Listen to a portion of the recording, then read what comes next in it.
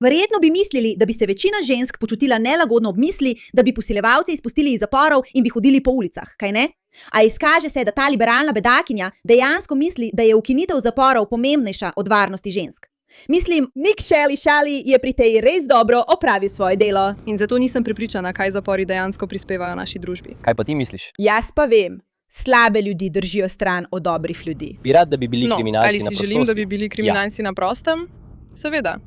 To mi je čisto v redu, ker se mi zdi ideja o kriminalcu nekoliko smešna. Ideja o kriminalcu se mi zdi nekoliko smešna, ti pa samo želiš kriminalce. Si ti nor? So ti ljudje nori? Recimo nekdo, ki je posilil žensko. Popolnoma. Bi želel, da so takšni ljudje na ulici? Mislim, da je moj odgovor da, čeprav je to težko priznati. Torej, če bi bil posiljen, Bilo mi bi je želel, da tvoj zanimivo. posiljevalec, da bi bil zunaj, na ulici. No, pusti me, da dokončam. Ker sem bila posiljena in oni so zunaj na ulici. In nisem prepričana, če je to, da gredo v zapor, rešitev za to, kar se dogaja v njihovem srcu. Ali celo v mojem lastnem srcu, kar je prispevalo k temu, kar doživljam.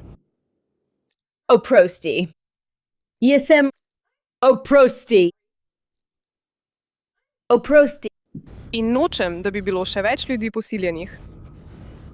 Ampak nisem prepričana, da bo odhod v zapor v Združenih državah karkoli spremenil v njihovem načinu delovanja. Morda res ne bi ničesar spremenilo v njihovem načinu delovanja, vendar bi jih to oddaljilo od ljudi, kot si ti.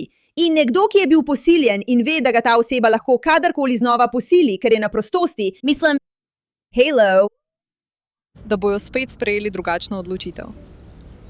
Torej, pod okriljem DSA, Demokratični socialisti Amerike, dejansko želijo zmanjšati financiranje policije in ukiniti zapore. Pravzaprav je Zora Mandami gledala svetovno prvenstvo skupaj z zaporniki z Rikers Islanda. Ta gospa želi, sama je celo rekla, da bi bili preprosto na ulici. To je malo noro. malo noro?